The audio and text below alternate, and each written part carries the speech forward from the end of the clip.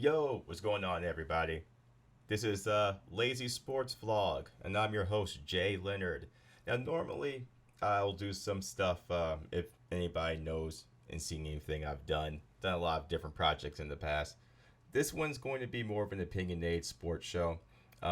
It's not going to be anything like Info Sports. If anybody here has seen that, that's the thing on my other channel.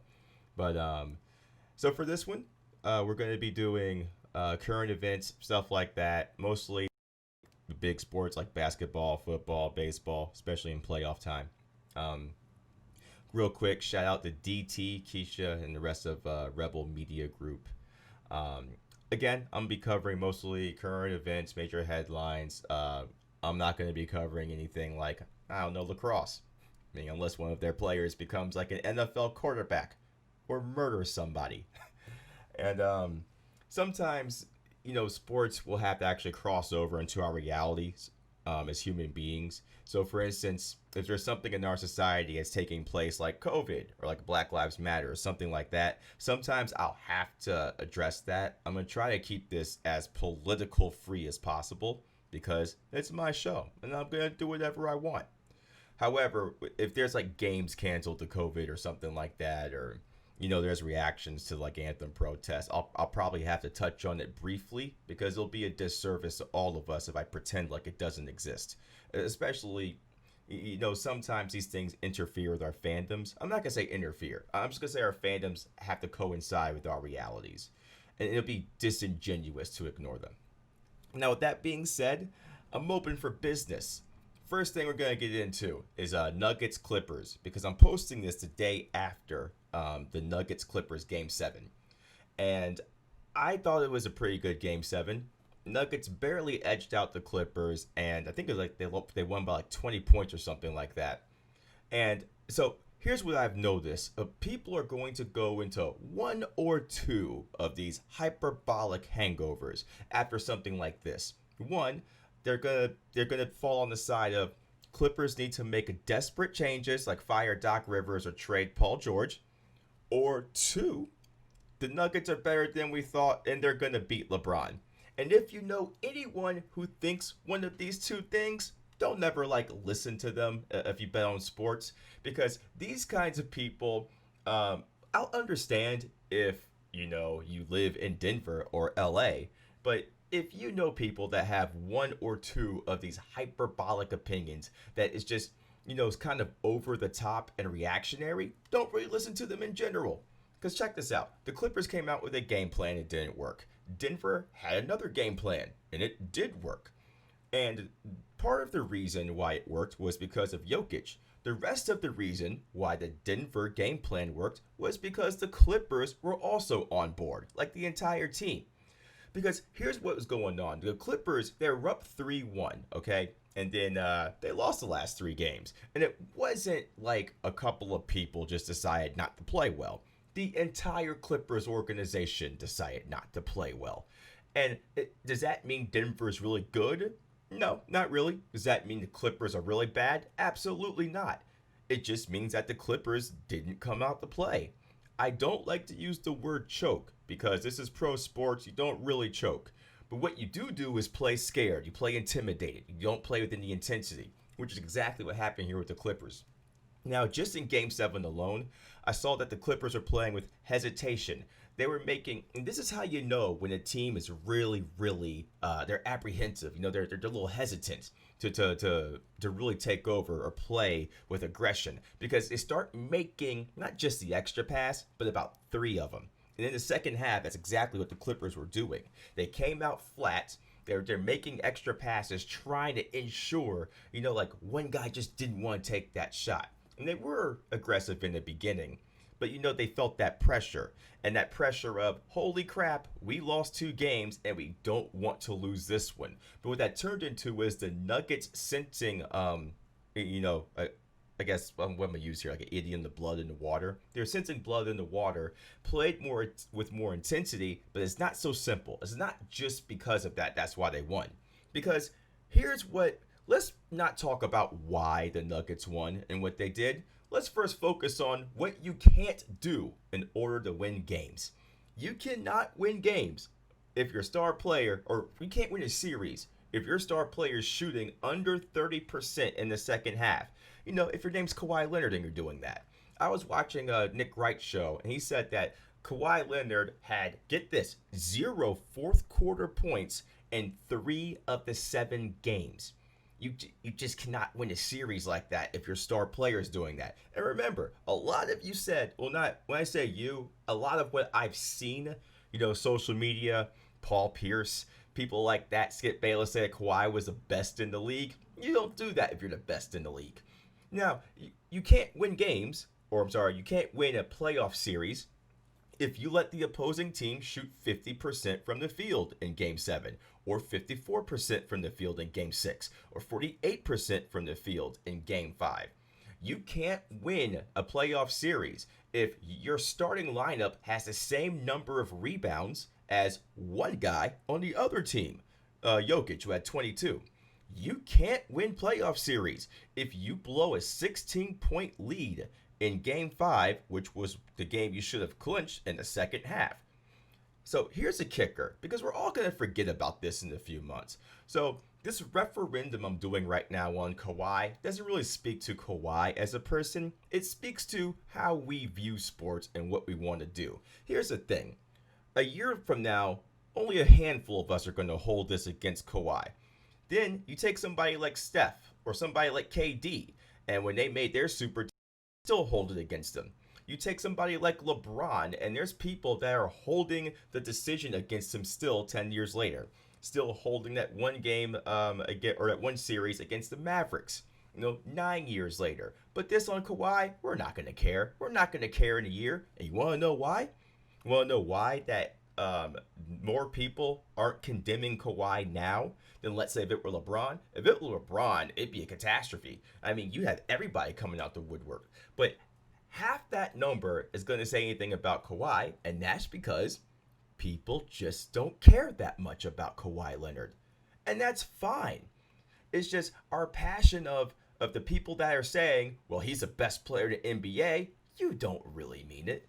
And the reason why I know you don't really mean it is because now, when Kawhi plays poorly in this series, you don't really have much to say about it. You're not really defending them that much. And that's just because you don't care as much. Because people are more invested in better players. People are more invested in more dynamic players. Players that might be the best players, ever. Like LeBron James or Steph Curry. The Nuggets, they had a good plan. And you know what? The MVP of this series, I'm going to go ahead and say it's Mike Malone, MVP of this series. But if we're going to talk about the players that really impacted, it was the entire Clippers team, because they can't hit shots. You can't, again, they're missing open shots in Game 7. And I don't know if it's nerves, I don't know if it's choking, but whatever the case is, they got a whole bunch of good looks, and they had no answer for Jokic. They throttled them the whole series, and so Jokic, when he brings a ball up, running from the top, they did a lot of pick and roll, but Jokic really opens the floor up. So when they start him on the post, or start him up at top, you run a few pick and rolls to see who you can get open, and that's the name of the game. So it turns out that the Achilles heel for the Clippers is actually one of the same Achilles heels for the Lakers, which is perimeter defense. The Clippers, who have really good perimeter defenders like Beverly and Kawhi and George, they were circumvented by a lot of picks and a lot of off-ball movement, but they just didn't guard the three-shot that well. Also, Jokic did whatever the crap he wanted to do out there. But something interesting that I saw in Game 6 and 7 was Kawhi wasn't being guarded by somebody, that was like 6'5" and fast. He was actually being guarded by Mason Plumlee and, Jokic himself and like Michael Porter, people with long arms. And so when Kawhi was out there, the name of the game wasn't to stay in front of Kawhi. It was to deter him with your long arms. Keep a hand in his face a little bit. You can reach a little bit further with a hand in his face. When you come over and double, you have a little bit longer of reach.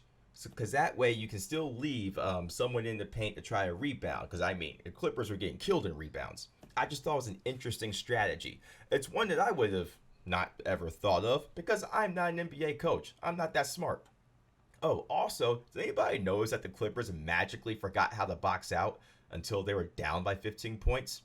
But don't worry, it's not time to panic if you're the Clippers. It's just year one.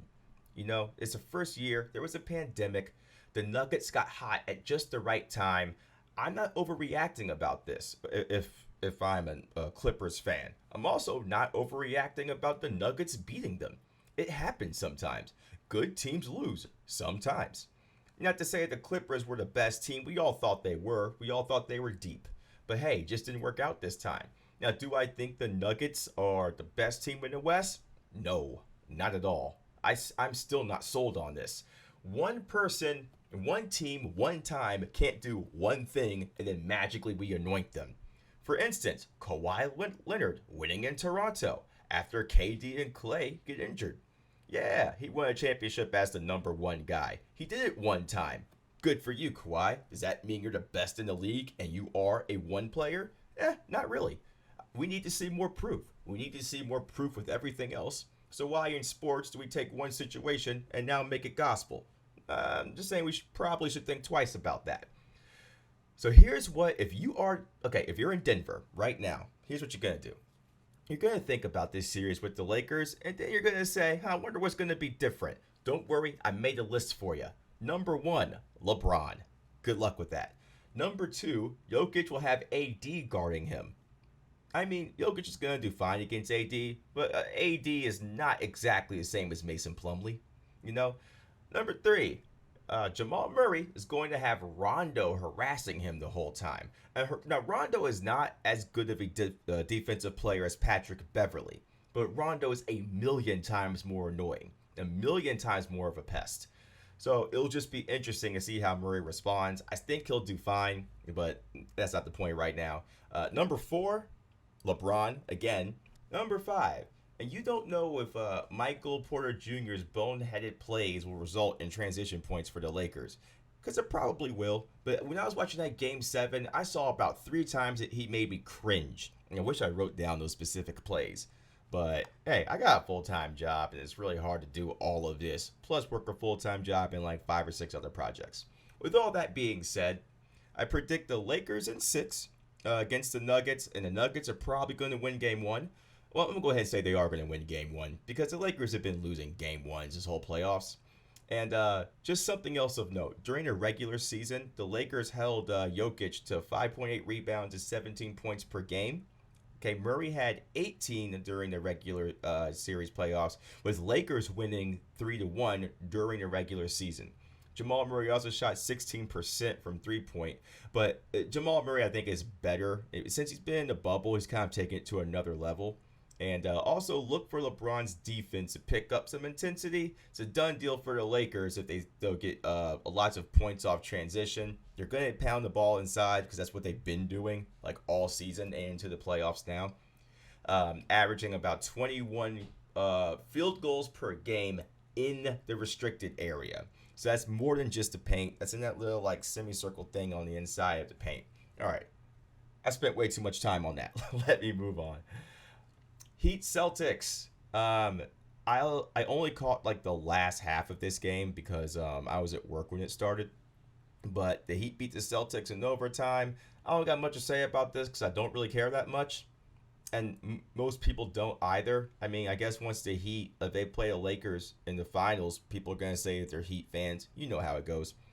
However, what I will say, though, is that I noticed that the Heat have what a lot of other Eastern teams are lacking, which is consistent three-point shooting. And, of course, that's one of the things that you can always ensure you could beat a West team with. Like, you can beat the Lakers with solid, consistent three-point shooting. And they're a tough team, at least in their forwards and centers division.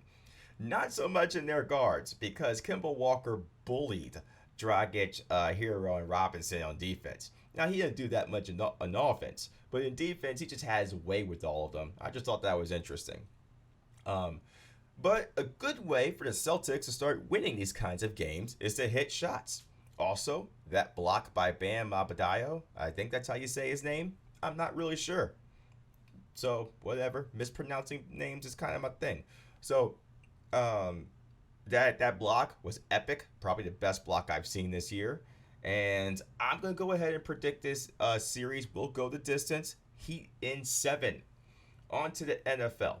And first, just let me say, first, hey, God, or Buddha, Shiva, you know, you Yevon, whomever, it doesn't really matter. Just thank you that football is back. And as I said earlier, I'm only going to be talking about things that that people kind of care about. So if you're kind of like tuning in to hear me talk about like the Bengals or the Chargers, that's not happening. I am not watching the Browns versus the Bengals tomorrow on Thursday Night Football. I'm just not going to do it. Baker Mayfield sucks. Joe Burrow's Joe Burrow. He's fine. I'm sure he's going to be good. Whatever. Don't care about it right now. So Tom Brady and the Bucks lost to the NFC favorites, New Orleans Saints, 40-23. It's too early for me to tell what the Bucks are going to be like, and I'm talking real fast because I'm trying to stay under a minute's cap here. What I do know is that Tom Brady is really missing Bill Belichick, but I mean, he's probably not missing the Boston weather that much. I mean, don't get me wrong. Florida is a horrible state, but it's better than Massachusetts. Anyway, but it's okay to lose to NFC favorites, and it's game one. There's no OTAs. There's no preseason.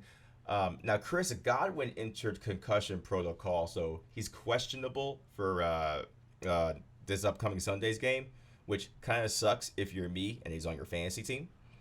But hey, it's the second game. If they lose 0-2, and I don't even know who they're playing next, it's not the end of the world. And as long as you can make it into the playoffs, which it's already a deep division. I mean, you're in there with the Saints anyway. Who knows what's going to happen? It's just too early for me to tell what they're going to be. But Tom is still as slow as ever, but still, pretty accurate. Anyway, they have a rookie at right tackle. And I wasn't able to watch too much of this game because I had to do like 17 other things. But I will promise to watch many more of these games this upcoming Sunday.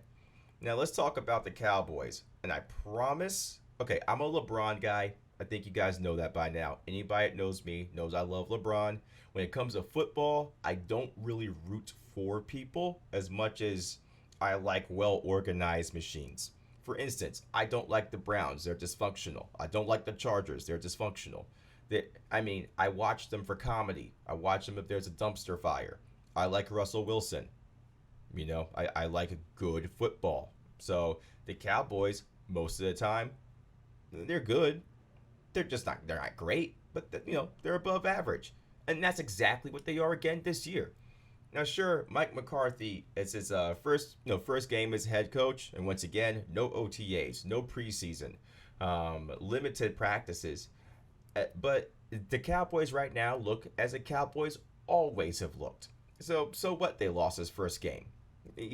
Just like with every other football team. Now, by week 3, yeah, you should panic if you're not improving, if you're just what you've always been, even with the new head coach. Most of their personnel stayed the same. But for all the people complaining about, the Cowboys losing to their Rams, let's talk about one of the interesting parts of this, which is Dak Prescott. Now, Dak I'm not saying he's a bad quarterback. I think he's pretty good. He's not great. He's not elite, but he's pretty good. He can get the job done. But Cowboys, you had a chance to win before the offensive pass interference flag. You had a chance to win. You got the ball back on your 9 with 2 minutes and 22 seconds left. Would you like to know what the results of the 10 plays you decided to run were? I'll go ahead and read them out for you. I'm going to read out from start to end here of the last drive. 5-yard pass, 7-yard pass, 2-minute warning, 4-yard pass, sack, -7 yards. Third down, Dak scrambles 12 yards. 4-yard run on fourth down. Incomplete pass, 47-yard pass, but nope. Offensive pass interference on Michael Gallup, -10 yards. Is Gallup's first name Michael? I have no idea. Incomplete pass on 4th and 20. Now, the Cowboys, no one did that to you. It was just poor execution. Well, not poor execution. It's just, it's a little bit of poor execution plus a lot of not a good game plan. Because check this out. Does this team feel super confident in their quarterback to you? Because 2 minutes left, we've all seen plenty of quarterbacks make great plays. But is Dak Prescott the quarterback you want with 2 minutes left to get within field goal range? So to get like 50 yards or so, safely. Is that Dallas was settling for like dink and dump passes. Why would you do that? Why would you settle for 4 and 5 yard passes on your own nine? Now, sure, you got a little bit of time, but they just kept doing the same exact thing, and we shouldn't be surprised. You shouldn't be surprised. This is what Dak Prescott is. It's what he's always been. He's just been a dink and dunk quarterback. That's what he does. Sure, he could toss it 20 yards, but the gameplay the game plan looks like it didn't allow him to actually like throw the ball down the field. And when you have 2 minutes left and you're down by 3, you need to throw the ball down the field. We have proof of what he is. It's been like 3 seasons now. We know what he is. We know what he isn't. He doesn't air it out. The playbook doesn't allow him to air it out. I don't know if it's because he can or can't. Well, mostly because he doesn't do that. That's not what he is. And that's okay. Just accept that that's not what he is. But you're not going to be scoring all the time, with 2 minutes left on your own 9. That's just not going to happen that often. So don't complain about it. You know what Dak Prescott is. So I don't read too much into this loss, by the way. Dallas is what they've always been, above average. That's what they were last year. It's what they were 2 years ago. It's what they probably are going to be this year, until I see otherwise, or until any of us see otherwise. But let's talk about this. Let's talk about quarterbacks with 2 minutes left who we probably rather have than Dak Prescott. Let's go, I don't know, Mahomes, Watson, Brady, Lamar Jackson, Wentz, Aaron Rodgers, Wilson, Matt Ryan, Big Ben, Drew Brees. That's like 10 of them. All of those guys all of those guys will definitely get you within field goal range, or you put your money on it for it to happen. The reason I bring that up is because Dak Prescott wants elite quarterback money. So are you going to give him elite quarterback money when we can name 10 to 12 quarterbacks off the top of our head, that would probably get that score within 2 minutes left, that will drive you down the field, that will throw the ball down the field? So I'm not saying you should or shouldn't pay Dak. If I were Dallas, I would, because what's the backup plan? There isn't one right now. Too good of a team to tank for Trevor Lawrence. I don't know what every quarterback's contract situation is, but I was thinking if Cam Newton has a good year, you could probably steal him away because Cam loves the spotlight. He would love to play for like the biggest team or like, the most popular team. And you could probably get him for a reasonable discount because Cam Newton isn't going to command elite quarterback money. No one's going to pay him that. No one's going to pay him $35 a year. But you might be able to get him for 27, 28. Now, do you want to trade maturity for a great arm? Because Cam's not mature. I'm sorry, the jury's back in on that one. I don't even want to hear anything otherwise. He's not mature. He's flashy. He cares more about his attire. He said himself he wants to be an icon. When people ask him, when you got in the league, like, what do you want to be? And his answer wasn't great football player. His answer was icon. So that's where his head's at. Dak wants to be a good football player. He's mature. He's a great leader. He's accurate enough. He's good on his feet, and he has a good head on his shoulders. I think he's smart, So I would pick that option because what else are you going to do? You're going to have to pay somebody eventually. So just go ahead and make that 4 or 5 year commitment. If it doesn't work, it doesn't work, and that's fine. If you paid him last year, he'd probably be about $5 million cheaper. But anyway, so I'm just saying the Cowboys are what we know them to be, above average. And now I heard some crap today about we're going to transition to Odell Beckham Jr. wanting a trade. And of course he does. Okay, I'm just going to do this briefly. Of course he wants a trade. Okay, it's Cleveland. He plays for the Cleveland Browns. Of course, he wants to get out of Cleveland. Cleveland sucks. And I know a thing or two about Cleveland's. Okay, OBJ, no, he knew in the past, but he knew or knows what I know and what like basically most of America knows. And that's Baker Mayfield is not a good quarterback. You're not going to get your numbers. Baker Mayfield isn't that good. I don't know why people pretended he was that good. He's not that good. He's like average. Baker Mayfield's average. He probably won't be in 3 years. But look, you're not getting your stats unless you have a quarterback and a coach that can get you said stats. And that's just not happening in Cleveland. And so the good news is that NFL is not like the NBA. So you might find a team that will probably trade you a pick in a player or like a third or fifth round pick for him or something like that. Every team could use OBJ. And I personally don't think he's a head case everyone says he is. I think people using him as a distraction. I just don't. I'm not in locker rooms, but I just don't see it that much. Um, but wide receivers at least you can get a dime a dozen. OBJ is, I guess he's still elite. I don't really know. I mean, he's great though. He's great. He's worth it. I'd try to get him if I was a team, but it's not like it's a quarterback. I mean, you can trade draft picks for him because whatever wide receiver you were going to draft is not going to be OBJ. You just have to take on that contract. Now, it's a lot of money on that contract, but if you have cap room, go for it. Because there's one thing, so there's positions that just don't have elite talent readily available, quarterback and right tackle. But you can get good to great talent readily available in running back, wide receiver, corner, stuff like that. Whew, I did a lot of talking. I tried to cram all that in under 30 minutes. Real quick, I was real happy about the Clippers losing Chris Paul and Golden State. But real quick, the NBA first team, this stuff came out a few minutes ago, which is NBA first team, LeBron, Giannis, Luka. Oh, God, I love Luka. Harden and AD. Here's what's it also. I don't. How did Jimmy Butler only get on the third team? Anyway, I was gonna talk about why Russell Westbrook is never gonna win a championship, and any team with Westbrook on it will never win a championship. But I don't have time for that, so I'm probably gonna have to do that another time. Anyway, this is the first time doing something like this. Thanks for tuning in, and I don't know. There's not many people are gonna see this at first, but please hit up the comments and tell me how wrong I am. Or we can just agree with me on some of these things because we know I'm right on some of them. Especially this whole Kawhi Leonard not being the best player in the NBA. I like that conversation's closed. Oh, and Westbrook like being a one player, like a superstar, that's closed too. Not trying to hear it. Anyway, you guys have a good rest of the day. Thanks for joining me.